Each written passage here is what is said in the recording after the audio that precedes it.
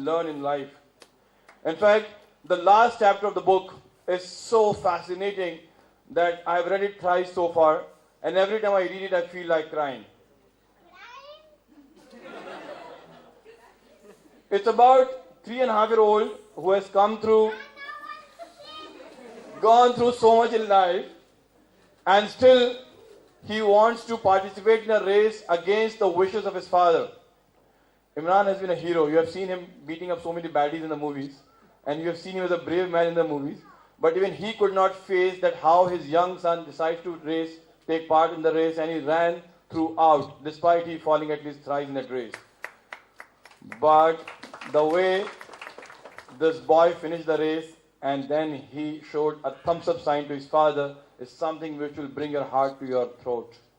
You must read this book for the reason of seeing the real life courage of a father and a son. And how we all, of course, see so much of Christ in our life. But I'm saying that when we see these stories, when we see these real life stories of a father and son going through it, you will understand that yes, there are people who go through this and they still survive and turn out far braver than what they were earlier. So when I went to Emraan once about 2.5 years ago and asked me to write the book, he was very reluctant. He was not sure. So after that, when he agreed to write the book and when he discussed all those unknown facets of his life, you will find that those are very interesting and the book is so unput down. Thought about writing the book. Emraan. Well, first of all, thank you everyone for coming here this evening. Thank you so much. I want to start by thanking a few people. Without them, this book wouldn't have been possible. First of all, Mr. Hussain Zaidi, the man who relentlessly pushed me week after week, month after month, after I came back from Canada where he was being treated.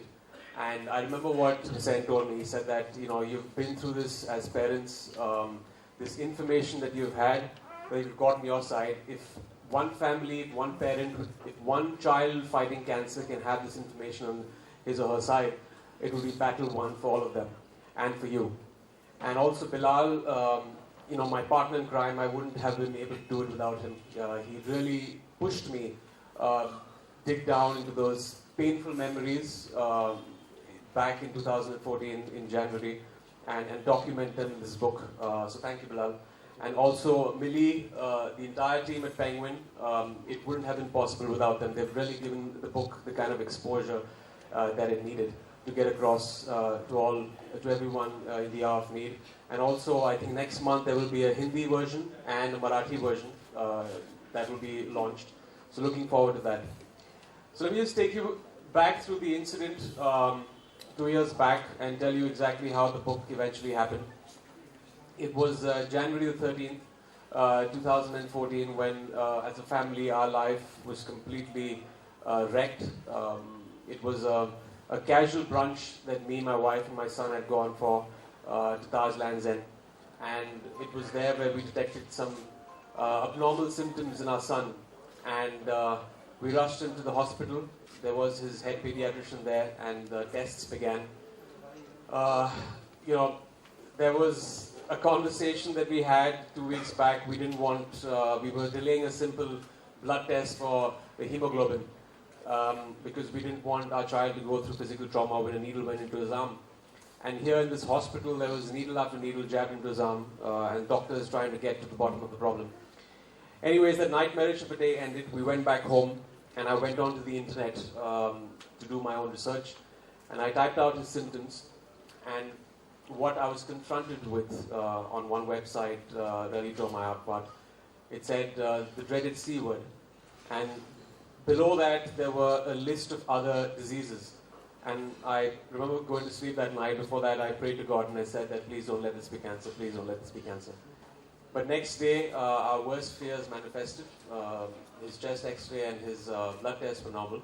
But in his sonography, there was a tumor the size of a seasoned ball that was growing on top of his left kidney. And I remember seeing it on the sonography machine, this dark grey haze. For those of you who don't know what that is, that's a Wilms tumor. It's a very rare case of kidney cancer that happens to a minuscule percentage of kids.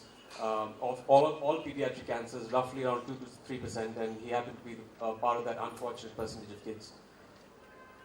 If you've had someone close to you being diagnosed with this disease, you know what the next couple of weeks, months, and possibly years are like. You're hearing things like staging, pathology, chemotherapy, remission, radiation. And it was very frightening for us back then because we didn't know the staging of the cancer. And even these cancers are divided into two subgroups, which is favorable and unfavorable. God forbid a child has unfavorable, the chemotherapy does not work. But God was, I guess, very kind. In the next week after the surgery, we realized it was a favorable cancer. And we as parents and family, we fought hard for 7 months. We took him to Toronto for his treatment, chemotherapy. And through this entire phase, and this is how the book actually started, somewhere it started seeding in my mind, that there was this fear in me, and there's a fear that in most of cancer patients and parents, a fear that when the chemotherapy is being administered, you feel the job is being done and something is fighting the disease. But what happens once that stops? Doctors and oncologists didn't give me the right answer. They didn't give me the answer I wanted to hear. They told me that, take the chemotherapy, fingers crossed it won't come back. Because there is recurrence in cancer. There is a 5-year survival rate. So I started doing my own research. And turned out some great information which was going to help us out was that roughly 90% of cancers were lifestyle related. And a small percentage of cancers were genetic. Which means that we could have fought this, we can fight it. And there are a lot of things that come into play. There is, obviously, lifestyle is what, when we come to cancers, when we come to terms with why cancer happens. The air we breathe, the food we eat, the water we drink, the stress levels, all of this contribute to an abnormality in the body. And we put Ayan on a very, very good diet. He's probably the only 6-year-old who has a vegetable smoothie. I can't have it. So he really, I guess, worked his way himself to cure himself of this disease. And, it's statistically they say that roughly by 2030 there will be 4 in 5 people who will have cancer. And that's a very alarming rate for our country. That means probably everyone in this room at some point of a time, with our given diets and lifestyle, are candidates to get this disease. So I felt once Hussein came to me and Bilal came to me and they said that, you have to get this information out to people.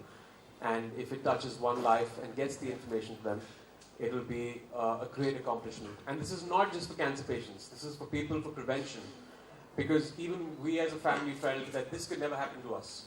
Cancer is something that happens to someone else. But I have news for you. It comes knocking on your door without a warning, and sometimes it gets very late.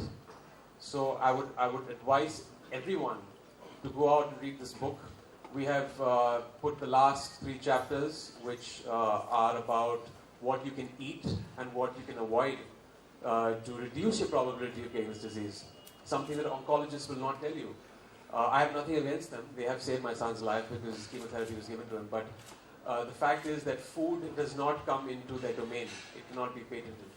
So that's why pharma companies will never say, if you have curcumin, for example, it can help you fight heart disease and cancer. So all these things have been documented in this book. So I hope everyone gets to read it. And over to Bilal. Thank you for giving me the chance to write this book for you. Thank you all for coming. I think exactly or slightly over a year ago at this very place we had launched my book, and exactly the 3 people. Today we have a little addition, and that's Ayan, because of whom this book is possible. I think Ayan serves as an inspiration to.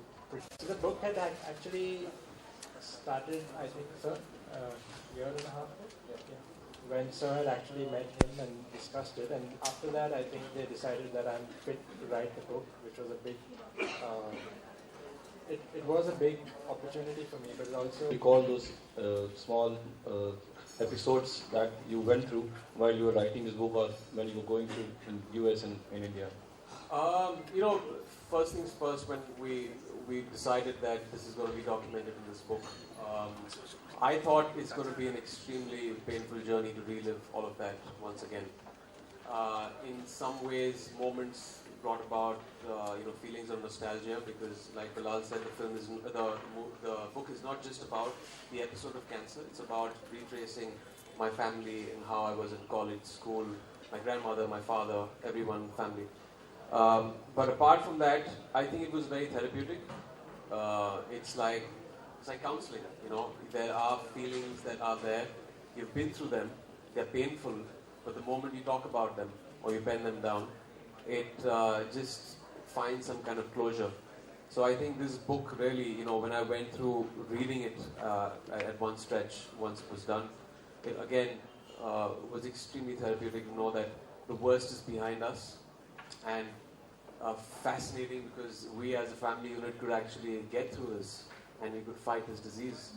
And it takes me back to the first day, the hope with which we started off, where Parveen and me held back our tears. It because we couldn't in front of him. We had a show and we'd be this, come from a place of strength and told ourselves that we're going to get through this and we're going to make sure nothing happens to our son. So it's just a feeling of accomplishment. Everyone felt that, my family, friends, everyone when they read the book. What about those stories of your, when you were climbing the ladder of success, becoming a star? For example, those stories about you, kissing a heroine and coming home and seeing a sulking wife. So what about those stories? Do you feel bad about it?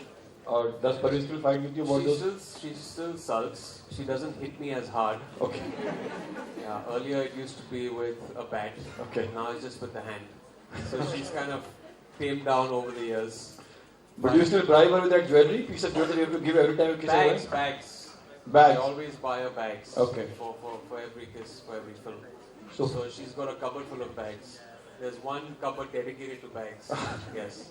So after Azhar, after kissing this fuckery so many times? No, as many times. Okay. Bag is only once. Only one? Yeah. We had a barter deal. That way, I told her, वैसा कंगाल हो जाऊंगा मैं. Okay. हर चीज का पैसा मत देना. फिल्म का पैसा ले लो और बैग खरीद लो उसका. So, are there more such stories which you have not disclosed in this book and just kept to yourself, which you will reveal some other time? Hussain, this takes me back to a discussion we had in my van a month back, where I thought you were joking, but you were actually serious. He said that Hussain actually came up and said, Emraan, this book is doing so well. I'm greedy. I want to tell you to write another book. I was like, I have no experience to share right now. I just share this the biggest experience of my life. And now Hussain will tell you first the title of the book that he wanted me to write now. Please tell them the title of the book. Let's keep it secret, Emraan. We'll do it when we do it. Or just at least tell them what it's about. Okay, you tell. You go ahead and do this. I just tell the title, no? Title bata do.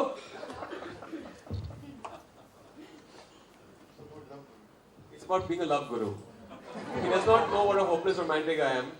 I might act as this smooth guy on screen. But you have to ask my wife for a hopeless. Yeah, he proposed his wife in a lift saying, why can we, marry? Something of that By sort. the way. By the way. I got rejected like 3 times. So that's the love guru for you. I think I'd make a disastrous book.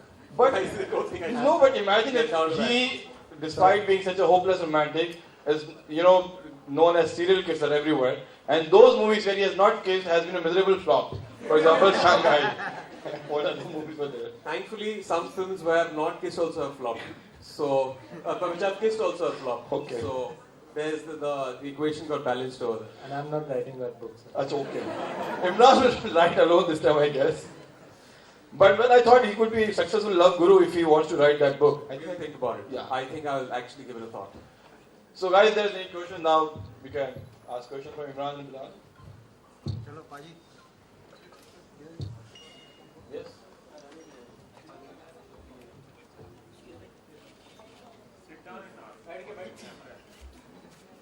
Hello, Emraan. Hi. Firstly, I'd like to admit Bye. that I'm the biggest Emraan Hashmi fan maybe in the country. So much so that my engagement was Emraan Hashmi based theme. So Pretty convenient. I'm assuming things now about you. I'm getting visuals in my head. it was based on your song.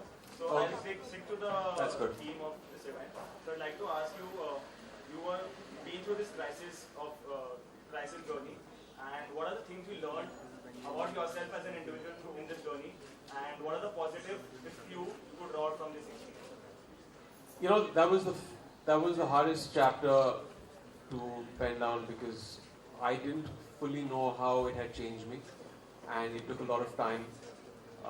It took me roughly 2 months. I was shooting for Azhar in London, and then I kept thinking about it because it's like any crisis, any trauma. Death changes you.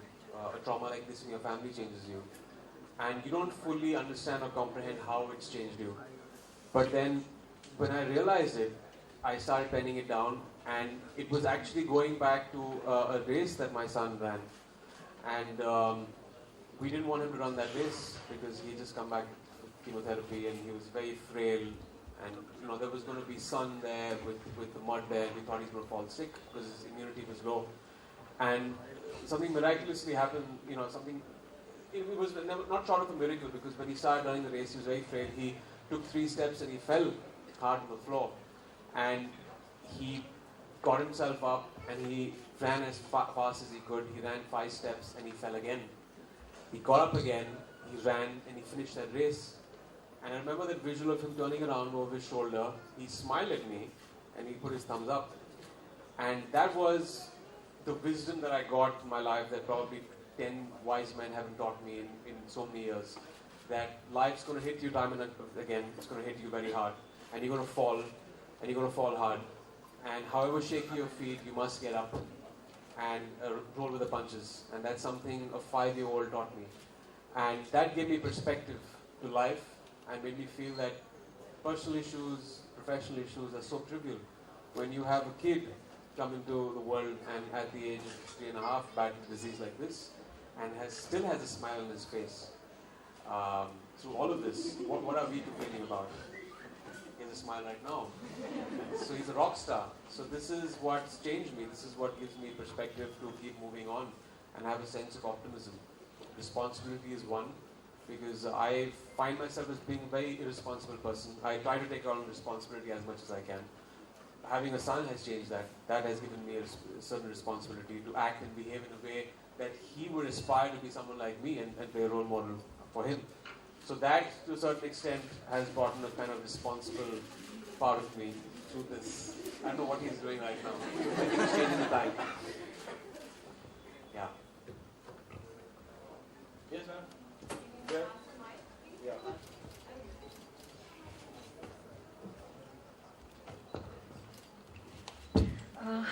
Hi everybody. Bilal, my question is to you. It's a fantastic book and we have seen the actor's journey and the father's journey. How difficult or easy was the author's journey for something that you may not have felt yourself? You are not a father yet. So how was it to encode and decode and present it so beautifully? That's one of the first things that came to my mind before I took this project on. The fact that I'm not a father. And also, I would probably never be able to understand what he went through because it is a complex. I mean, there's not one particular emotion you're hit with when you hear something like that. What I pretty much had to rely on was the censor and his Emraan sir's accounting of what happened, and from there I had to actually get into his head. And luckily, he narrated the incident to me as many times as was needed until I got it just right. And even if I did falter at times, he did rewrite that portion. And as a person, it has certainly changed me a lot, the way I look at life now, the way I learn to take the small things. I mean, I learned not to take the small things for granted. The way I don't know, my food habits haven't changed much. I still have 5 Cokes, I have 2 now. Unless I'm on the table, I keep taunting him. Then I have 1. And so, yes, it was a complex book to write, and I know this is just my 2nd book, and even if I write 10 more, none of them will be as special as this one was. So, in that sense, yes, it was quite a journey, and grateful it happened. Thank you.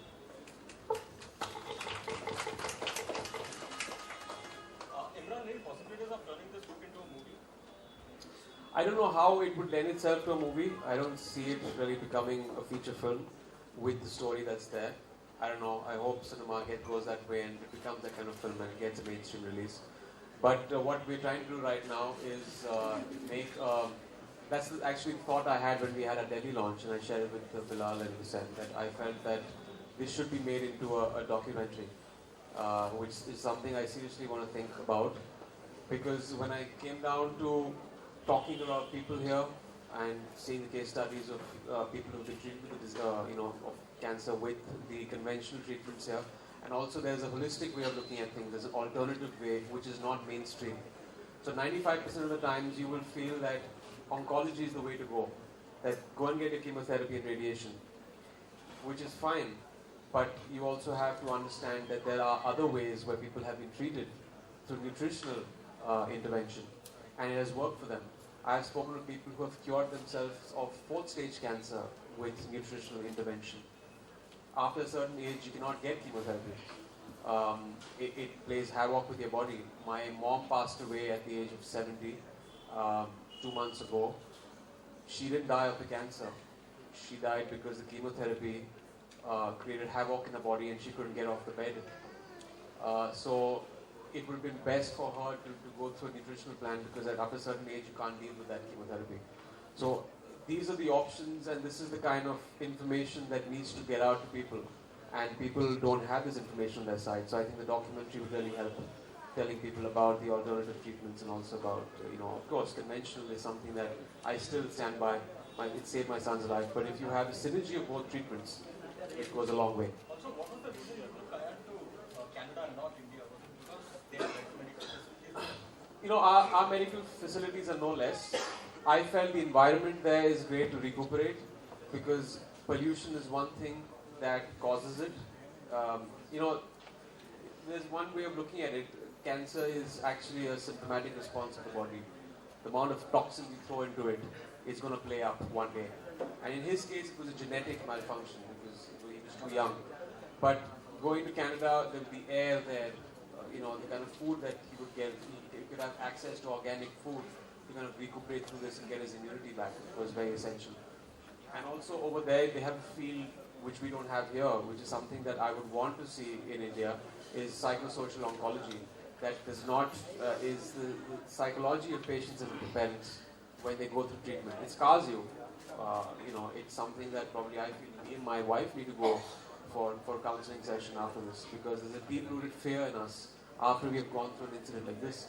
And Canada has that. So I didn't want him to change as a person because he was this vibrant force of nature, which he still is. And that he's not changed at all. So this is because I wanted the environment to be great, and it's not changed in one bit. The entire, he used to have the chemotherapy. Next moment he was out conversing with the doctors, the nurses. Everyone knew Emraan Hashmi. Everyone knew who he was when he used to enter the floor. So. कहाँ से पूछ रहे भाई reporter लोग देख ये इसकी वजह हुसैन सर है क्योंकि जब हम इस किताब का टाइटल ढूंढ रहे थे तो बहुत सारे टाइटल के ऑप्शंस मैंने दिए. जनरली बिलाल इन टाइटल्स ऑप्शन से सहमत रहते थे लेकिन हुसैन सर कहते थे कि नहीं जम नहीं रहा है, वो मज़ा नहीं आ रहा है. और he used to tell me that ये कभी कभी आ जाता है थॉट प्रोसेस. आप एयरप्लेन में बैठे हैं, आप कहीं जा रहे हैं और आपको सोचने की ज़रूरत नहीं पड़ती है, बस टाइटल आ जाता है. So I think that day I don't cook normally. I was cooking an omelette at home and I had given him so many title options which he said no for, and suddenly this thing came to my mind, Kiss of Life. तो मैंने बिलाल को phone किया, मैंने बोला कि मिली को phone करके बोल देना कि एक टाइटल मैंने ढूंढ लिया, Kiss of Life. She's not going to say no to this, I know that. So Bilal called her up. In 2 minutes he called me back and said, he was laughing on the phone. He said that they've got a very marketable title, Kiss of Life. So that's how the title came about. And of course the tagline is something we thought about earlier. The earlier titles that I had given were things like Don the Cape, Superhero Kids. Lekin I get Hussein's point, it was not a personal thing. और इसमें कुछ अगर आप मेरी फिल्मों का ये निकाल दो इससे reference, so it is life affirming, Kiss of Life. There's certain optimism in that. Forget about all my films, get that visual out of your head. So that's what I guess Kiss of Life brings forth. Emraan, your performance as Azhar was highly appreciated, but the movie didn't collect much money in the box office. Any disappointment on that front? I am very, very happy with the reception the film has got, and I'm very happy with the messages, with the adulation that people have given for the performance in the film. These counting pennies and dimes, trade wale karte rehte hain. But we are very happy as a team that we, made a film that we started off with very proud of, and we ended up achieving that. And the audience that had to go and see it, they loved it. For me, it's an accomplishment all the way. We also heard that when Ayan was going through that treatment, there were times when he was along with his mom, Kabir. So, could you tell us those times when she handled it alone herself? That she can say, but I think it was very testing for her because I was not there. She had to take him to hospital every week, and there were these drugs that were administered to him, chemotherapy drugs, and the reactions used to be very, very strong. When kids have chemotherapy, I didn't know about this. I was hearing it on the phone, on Skype. I used to converse with them. But he used to sometimes throw up 10 times a night. So there used to be a bucket kept next to him, next to the bed, after he took a chemotherapy drug. And for 2 days, he used to bring up all the food. And he started losing hair, and he started getting these very weird side effects called foot drop. The foot used to go limp, and he used to get pins and needles in his hands and his feet. So she was dealing with all of it. I couldn't have done it without her. She was really this pillar of strength that got Ayan and me and the entire family through this. And for some reason he's walked out. He's bored. His father's yapping a bit too much. So, there's one question. Dream comes to end up building with you here. So I just want to ask something regarding your new movie. Would you like to share something with your fans regarding the upcoming movie? Right now there's only Raj reboot that's releasing in September 19th. And it's a bit of a Raj right now, so we'll unfold it very soon when the promo's out. Promo should be out in the next 2 weeks. So 19th of September is the next release.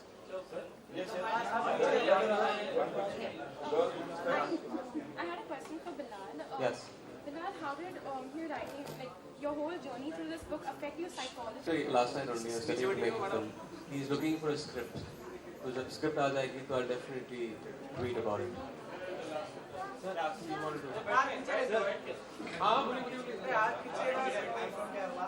come to attend the my friend. Just come to attend. Oh, thank you so much. When you coming Kerala?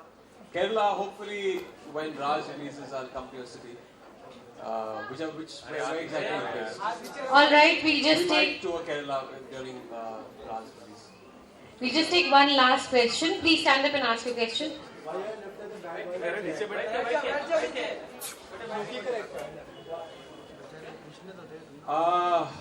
Yeah, I know you're not missing it. You might see a bit of it in Raj. I know. You might see a bit of it in Raj. So I'm getting back to that again.